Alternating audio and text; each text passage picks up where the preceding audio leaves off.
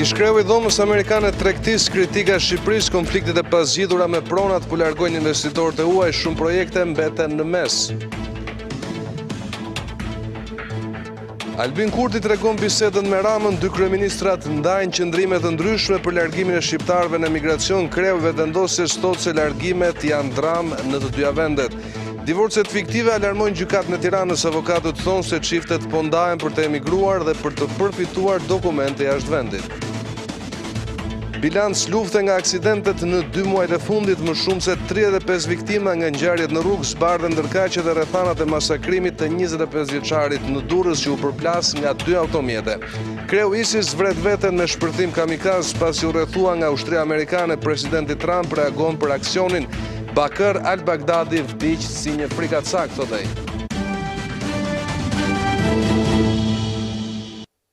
Shikues nderuar, mirëmbrëma, do të jemi bashkë për këtë edicion qendror të lajmeve këtu në Radio Televizionin në Ora. Do të vijojmë menjëherë me disa prej zhvillimeve kryesore. Problemi me pronat vazhdon të largojë investitorët e huaj nga Shqipëria. Mark Crawford, ish presidenti I dhomës amerikane të tregtisë, thekson se shumë projekte nuk po arrin të konkretizohen për shkak të konflikteve mes pronarëve. Crawford kërkon një listë me pronat që nuk kanë mbivendosje, të cilat mund të vendosen në shërbim të investitorëve të huaj. Ndërkohë, ai thekson se rajoni vjen të mbetet më tërheqës se Shqipëria në këtë drejtim.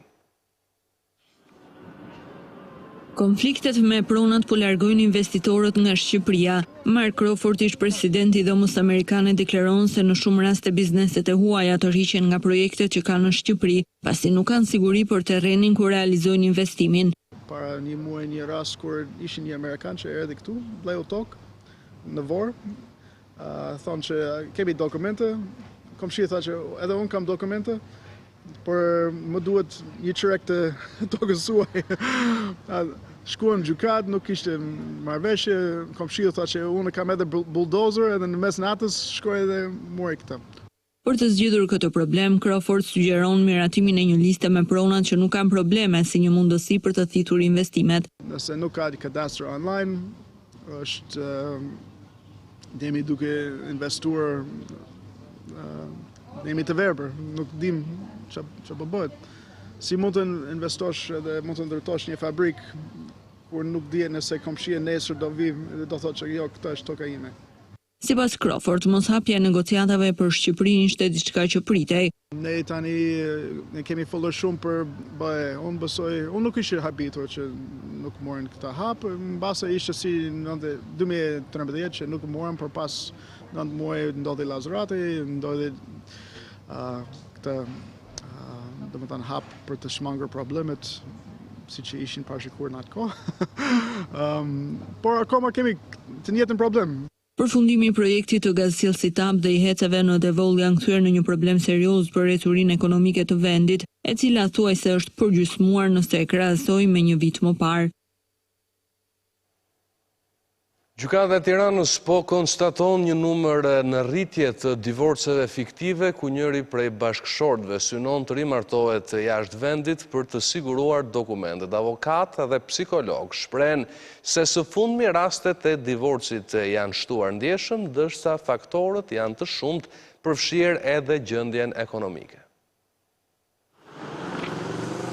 Gjykata e Tiranës po përballet me një numër të shtuar padish fiktive për zgjidhjen e martesave, pasi bashkëshortët ndahen në marrëveshje me qëllim që njëri prej tyre të rimartohet jashtë vendit për të siguruar dokumentet e qëndrimit. Ky lloj divorci po ndeshet shpesh në 3 vitet e fundit, edhe pse palët deklarojnë shkaqe të tjera si motiv të ndarjes. Avokatja Megizonja zbulon për Ora News se më së shumti synohen dokumentet në Greqi dhe Gjermani. Një numër në rritje për sa I përket këtyre martesave të cilat unë do t'i cilësoja fiktive. Ka pasur një moment që për shkak të gjendjes së rënduar ekonomike kanë emigruar edhe kanë lidhur martesa fiktive thjesht për të pajisur me dokumenta. Shtete më shumë ka në Greqi, në Gjermani së fundmi. Ndërsa për sociologen Ariana Muça, problemet ekonomike janë shkaqet kryesore të cilat çojnë drejt divorcit pa përjashtuar edhe faktorë të tjerë. Po të nisemi nga vitin në vit dhe sipas statistikave, ne shohim gjithmonë që her pas here kemi një herë rënje të numrit të divorceve, po një herë kemi dhe rritje. Kjo vjen për efekt të disa faktorëve, sepse shpeshherë jemi mësuar që temi faktorët social, ekonomik janë faktorët kyç, ato që ndikojnë edhe në procesin e divorcit. Një nga faktorët e tjerë që mund përmendim është edhe dhuna në familje, i cili është një nga eksponentët që i çon bashkëshortët drejt divorcit. Sipas të dhënave zyrtare të gjykatës së faktit në Kryeqytet, deri në tetor të këtij viti janë regjistruar 621 padi për zgjidhje martese, 160 më shumë se vitin e shkuar. Për sa i përket zgjidhjes së martesës, për këtë vit kanë mbërritur mbi 1500 çështje të reja, ndërkohë për 2018 ishin rreth 1600. Pas vrullit disa muajve më parë me vlerësimin e gjyqtarëve dhe prokurorëve, KPK ka ulur shpejtësinë, duke mos marrë parasysh edhe kërkesën e institucioneve për të vlerësuar me prioritet kandidatët për SPAK apo në institucionet e tjera të drejtësisë. Shqetësimi i ngritur disa herë nga kreu i KLP-s duket se ka rënë në vesh të shurtët, pasi edhe këtë javë në agjendën e vettingut nuk është vendosur në kalendar asnjë prej 4 kandidatëve. Thirrja e kreut të KLP-s Gent Ibrahimi, drejtuar Komisionit të Pavarur të Kualifikimit për të kaluar në vetting me prioritet listën e prokurorëve kandidat për SPAK duket se ka rënë në vesh të shurdhur. KPK nuk ka futur në kalendarin e kësaj jave asnjë nga 4 kandidatët, të cilët ende nuk kanë kaluar në kontroll edhe pse janë listuar në 15 të përzgjedhurit e KLP-s, siç janë Anton Martini, Elisabeta Imera, Doloreza Musabelliu dhe Anila Jella. Kjo ka ndodhur dhe një javë më parë ku asnjë nga këta prokuror nuk u thirr për të kryer vettingun, duke sjellë sërish vonesa të pashmangshme në plotësimin e SPAK me organikën e plotë të saj. Bazuar në verifikimin e rezultateve të 3 javëve të fundit, duket se KPK ka ngadalësuar punën në vlerësimin e gjyqtarëve dhe prokurorëve, pasi janë vlerësuar vetëm 3 subjekte, ndërkohë që asnjë prej tyre nuk është në listën e SPAK-ut. Këtë vonesë dhe mos angazhim të KPK-s e ngriti si shqetësim dhe pas mbledhjes së fundit kreu i KLP-s. Në datën 16 korrik, ne ju kemi çuar institucionet e vettingut një listë me 15 emra, ishin 15 prokurorë që ne përzgjodhëm si kandidat për në prokurorinë e posaçme. Prokurorët që do duhet ta kishin kaluar procesin e vettingut në këto 3 muaj e gjysmë. Një javë më parë, KPK finalizoi vettingun për prokuroren Sonila Muhameti, e cila e kaloi filtrat, ndërsa këtë javë në kalendar është shpallur vetëm Ajrie Muçmata, gjyqtare në gjykatën e apelit të Shkodrës, ndërkohë që asnjë nga 2 emrat nuk kandidon për institucione të reja si gjykata e posaçme dhe prokuria SPAK, duke mos qenë në listën prioritare. Për afro 2 vite, KPK ka konfirmuar në detyrë 84 gjyqtarë dhe prokuror, ndërsa ka shkarkuar nga sistemi i drejtësisë 72 subjekte. Të martën, Parlamenti do të nisë procedurat për zgjedhjen e 2 anëtarëve të rinj të gjykatës kushtetuese. Në 29 tetor, Komisioni i Ligjeve do të zhvillojnë fakt seancën dëgjimore me kandidatët që garojnë për 2 vende vakante, ndërsa në seancën plenare në 14 nëntor pritet bëhet edhe votimi i tyre. Parlamenti do të nisë të martën më datë 29 tetor procedurat për zgjedhjen e 2 anëtarëve të rinj të gjykatës kushtetuese. Komisioni parlamentar i ligjeve do të dëgjojë kandidatët të cilët aspirojnë që të jenë anëtar në institucionin më të lartë që garanton mbrojtjen e kushtetutës. Para Komisionit të ligjeve do të dalin 3 emra. Edhe pse në datë 14 tetor, Këshilli i Emërimeve në Drejtësi dërgoi Parlamentit 4 kandidat. Kjo për faktin se njëri prej tyre, Besnik Muçi, tashmë ka nisur punë si anëtar i gjykatës kushtetuese, i zgjedhur nga presidenti Ilir Meta. Ashtu siç veprohet me çdo kandidat që zgjidhet nga Parlamenti, Komisioni i Ligjeve ka detyrim që pas seancës dëgjimore të hartojë një raport për secilin prej juristëve dhe t'ia përcjellë më pas Parlamentit, që vendos me 84 vota se cilët do të jenë 2 anëtarët e rinj të gjykatës kushtetuese. Votimin e kandidatëve, Parlamenti ka vendosur ta zhvillojë në 14 nëntor, pothuajse në afatet e fundit që i njeh kushtetuta. Në qoftë se nuk merret vendim brenda 30 ditëve, automatikisht kandidati me më shumë pikë bëhet anëtar i kushtetueses. Ndërkohë, pas zgjedhjes së emrit të parë, kreu i shtetit Ilir Meta ka afat deri në 8 nëntor për të zgjedhur një tjetër në këtë gjykatë, duke plotësuar kështu 2 vendet vakante. Me votimin e kuvendit më 14 nëntor, gjykata kushtetuese do të ketë 5 anëtar, ndërsa i duhet të presë edhe pak për anëtarin e 6, që do të bënte funksional këtë institucion pas më shumë se 2 vitesh bllokim.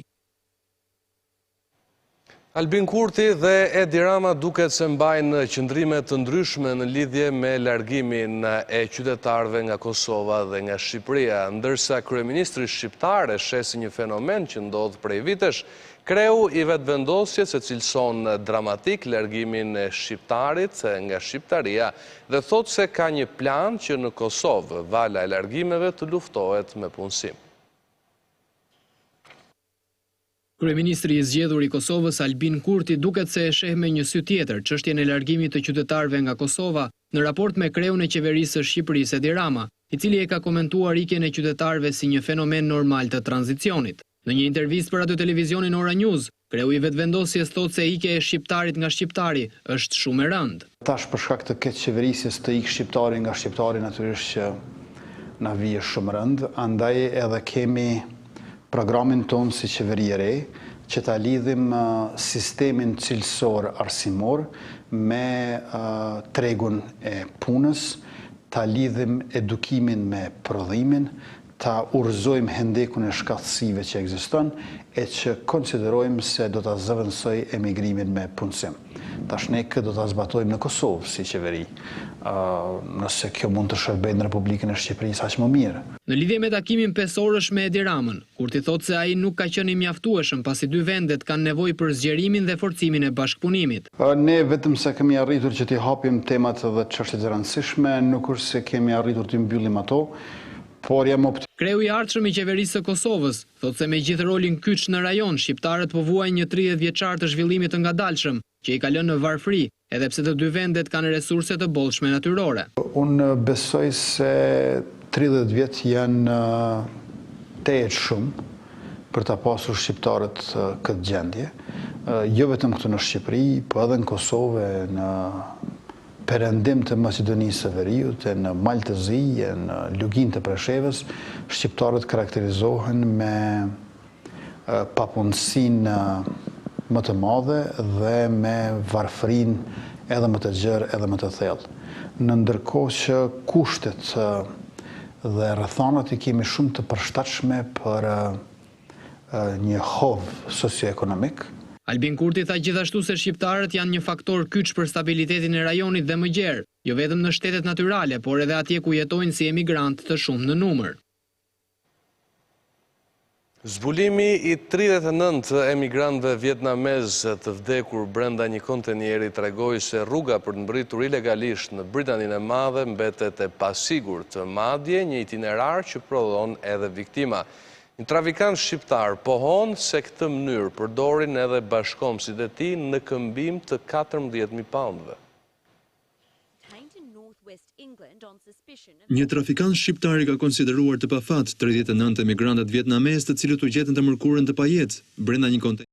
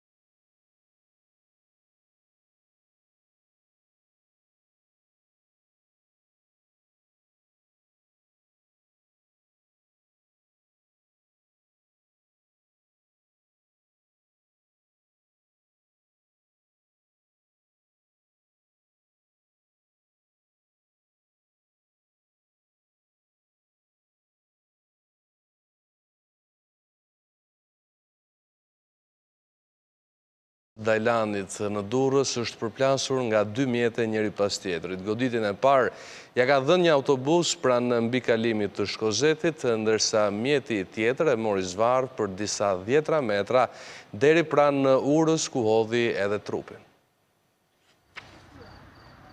Njeriu që u gjeti vdekur mbrëmjen e së shtunës pranurës së Dajlanit në Durrës është identifikuar si Ramazan Bata dhe përfundoi aty pasi u përplas nga 2 mjete, njëri pas tjetrit, ndërsa po lëvizte me motor. Viktima 25 vjeçar punonte si shpërndarës picash dhe u godit fillimisht nga një autobus në autostradën Tiranë-Durrës, tek mbikalimi i këmbësorëve në Shkozet. Motori i tij mbeti i bllokuar nën autobus, por trupi e të riut e mori zvarr kjo makinë tip Fiat Ducato për disa dhjetra metra derisa e lëshoi pranurës. Këto pamje të kamerave të sigurisë fillimisht ngritën dyshime për një vrasje, por policia e Durrësit arriti të sqarojë dinamikën e aksidentit horror dhe e rrëzoi këtë pistë. Pas veprimeve në vend ngjarje, blut arrestuan drejtuesin e autobusit dhe të furgonit që përplasën njëri pas tjetrit 25 vjeçarin. Autobusin sipas policisë drejtonte një 54 vjeçar nga Tirana, ndërsa makinën një tjetër 49 vjeçar nga Kruja. Në dëshmitë e para për rastin që të dy drejtuesit e mjeteve kanë deklaruar se nuk e kanë kuptuar atë që kishin bërë. Shoferi i autobusit ka thënë se ai nuk e ka parë të riun me motor, por ka dëgjuar vetëm zhurmën në momentin e përplasjes. Edhe 49 vjeçari që me makinë mori trupin nga vendngjarja ka deklaruar se nuk ka kuptuar që po të riqte zvarr një person, derisa e hodhi pranurës së Dajlanit. Njeriu sipas policisë ka ndërruar jetë menjëherë, si pasojë e 2 goditjeve të forta që pësoi, ndërsa ndaj 2 drejtuesve të mjeteve që shkaktuan aksidentin horror, është ngritur akuza e shkeljes së rregullave të qarkullimit rrugor. Aksidentet kanë shënuar bilans të frikshëm për gjatë 2 muajve të fundit. 35 të vdekur janë shënuar për periudhën shtator-tetor, ndërsa policia vjon të bëjë thirrje për qytetarët që të ulin shpejtësinë. Pavarësisht të shpërsimit të masave ndëshkimore për shkelësit e rregullave të qarkullimit dhe aksioneve të përsëritura të policisë, ulja aksidenteve me pasoja nuk po ndodh, përkundër si ngjarje tragjike në rrugë janë shtuar. Vetëm në 2 muajt e fundit në periudhën shtator-tetor kanë humburitën si pasojë e tyre 35 persona, një rritje e ndjeshme krahasuar me të njëjtën periudhë të një viti më parë. Numri i aksidenteve me pasojë vdekje ishte në 29. Nga bilanci i shifrave rezulton se në muajin shtator kanë humbur jetën 20 persona si shkak i aksidenteve, ndërkohë që vitin e kaluar numri të vdekurve nga aksidentet ishte në 9 persona, ndërsa deri në 27 tetor ka ndodhur 15 aksidente me pasojë vdekje. Në të gjitha rastet, sipas ekspertëve, shkaqet janë shkelja e rregullave të qarkullimit, qoftë nga këmbësorët që presin rrugën jashtë vijave të bardha, qoftë nga drejtuesit e automiteve që ecin me shpejtësi jashtë normave apo përdorimi i celularëve. Ndërkohë nga ana tjetër policia e kryeqytetit vijon aksionin për parandalimin e tyre. Sipas policisë në 14 orët e fundit janë pezulluar patentat e 14 shoferëve, cilët udhëtonin autostradën Tiranë-Durrës, pasi ishin me shpejtësi tej normave të lejuara. Policia i bën thirrje shoferëve që të mos e ngasin makinën, si të ishte avion dhe rrugën e mjeteve ta trajtojnë si pistë, edhe pse policia rrugore ka shtuar kontroll duke përdorur dhe mjete speciale si radarit dragër, edhe pse gjatë fundjavave janë shumë drejtues mjetësh që janë dëshkuar për shpejtësi tej normave të lejuara. Përsëri ka drejtues mjetësh që e trajtojnë rrugën si pistë, duke ecur me shpejtësi 145 km deri në 174 km, nxitim që i rrezikon jetën. Vetëm 9 nga 17 arrestuarit për tjetërsimin e 68.000 metrave katror tokë në Bregdetin e Durrësit që dolën sot për masën e sigurisë kanë mbetur në qeli pas vendimit të gjykatësve. 9 nga 17 zyrtarët e akuzuar për tjetërsimin e 68.000 metër katror tokë shtet në Bregdetin e Gjirit të Lalësit dhe Kepit të Rodonit mbetën në qeli, pas një seance maraton prej 5 orësh. Gjykata e Durrësit vendosi masa më të lehta sigurie për 8 të tjerë. Në burg mbeti ish drejtori i hipotekës së Durrësit Ardian Iliazaj dhe ish kryetari i komunës Ishëm Sulejman Ibrahimi. Në qeli me ta do të qëndrojnë edhe 7 ish zyrtar të hipotekës. Për 4 prej të arrestuarve, gjykata vendosi të lehtësoj masën e sigurisë për shkak se 3 ishin me moshë mbi 60 vjeç dhe një femër është shtatzan. Nga qelia me arrest shtëpie do të shkojnë Ardian Kona, Rovin Zeqa, Enver Shima, Latif Mullahi dhe Lek Mdoj, ndërsa ish drejtoria hipotekës Edlira Nova, Malvina Deçka dhe Gjergj Bushaj u lanë në detyrim paraqitje 2 herë në muaj në prokurori. Seanca u mbajt në masa të rrepta sigurie. 20 persona u arrestuan dhe 3 të tjerë u shpallën në kërkim në kuadër të operacionit Rodon. Ata akuzohen se përmes shpërdorimit të detyrës, korrupsionit pasiv, mashtrimit e falsifikimit të dokumenteve, kanë tjetërsuar pronën nga tokë shtetërore pa frut në tokë ardh dhe ua kanë shpërndar personave të ndryshëm kundrejt përfitimit. Të gjitha akuzohen se kanë vepruar si një grup i strukturuar kriminal dhe veç hetimit penal, do t'i nështrohen edhe verifikimit pasuror. Sporti i shau do të futet si orë mësimi suplementar në shkollat nëntëvjeçare të Tiranës. Në shkollën Pjetër Budi, tashmë kjo nismë e miratuar që në vitin 2018 ka filluar, por ende nuk është përcaktuar sakt programi i orëve. Shahu, sporti i mendjes është përqafuar nga nxënësit dhe mësuesit e shkollave nëntëvjeçare në kryeqytet. Në ambientet e shkollës Pjetër Budi, 4 klasa ishin duke praktikuar këtë sport. Prej klasës së parë deri tek e 9-ta janë të interesuar për këtë disiplinë. Nxënësit thonë se shahu i ndihmon shumë, sidomos në shkencat eksakte. 2 vite, kam liçe i vogël, por 2 vite kam qenë përmirësuar shumë. Më kanë ndihmuar në shumë lëndë, që këto matematik, fizik, këto që bëjnë llogari. Çdo vit që organizohet kampionati. Po gjatë javëve? Jo, nuk ose kur më thrasin. Sa herë ju thrasin për shembull? Varet 1 ose 2 herë. Ndërsa për mësuesit, me shumë rëndësi është që nxënësve të klasave fillore t'u jepet më shumë mundësi. Unë ngulmoja për shumë tek moshat e vogla, sepse ata liqet thithin shumë që e marrin, por nuk e di të them tek ata shpresoj dhe masivizimin sidomos te fillorja e kerkoja. Megjithse duhet të zhvillohet 2 herë në javë, ende nuk është i qartë orari. Dhe është folur që të vinin 2 herë në javë. Bile u caktua dhe ora dhe nuk e di se si ka përfunduar. Pastaj iku njëri erdhi një tjetër nga ata, nuk e di ku është kontradita në këtë mes. Projekti për përfshirjen e këtij sporti në shkolla u prezantua në shtator të 2018-s, ku Bashkia e Tiranës në bashkëpunim me Federatën Shqiptare të Shahut dhe Ministrinë e Arsimit përcaktuan programin. Tetorin e vitit kaluar në Kosovë kishte nisur ndesja e sobave me dru për t'i bërë ballë të ftohtit, por temperaturat e larta që po karakterizojnë këtë tetor kanë bërë që të shumtë jenë ata shqiptar nga të 2 anë të kufirit që edhe fundjavën e fundit të muajit po e kalojnë duke bërë plazh në Bregdetin shqiptar. E tillë ishte pamja në të gjithë Bregdetin shqiptar këtë fundjavë të fundit të tetorit. Moti i mirë dhe temperaturat e larta i kanë favorizuar të apasionuarit pas detit, jo vetëm të marrin rreze, por edhe të notojnë. Mirë, shumë. Ardhëm për vikend. Në Shëngjin bizotërojnë kosovarët që e konsiderojnë të pazakont mundësinë për të bërë plazh, kur kujtojnë se në të njëjtën periudhë të vitit të kaluar kishin ndezur sobën me dru. Nga parë është fund tetorit me ardhmë plazh, nuk ka ndodhur. Po vitin e kaluar Ferizaj me 6 tetor, kam vëz stufën për me ngro. Në Vlorë temperaturat në fundjavë shënuan deri në 25 gradë Celsius, ndaj kush ka mundur ka vërshuar drejt plazhit.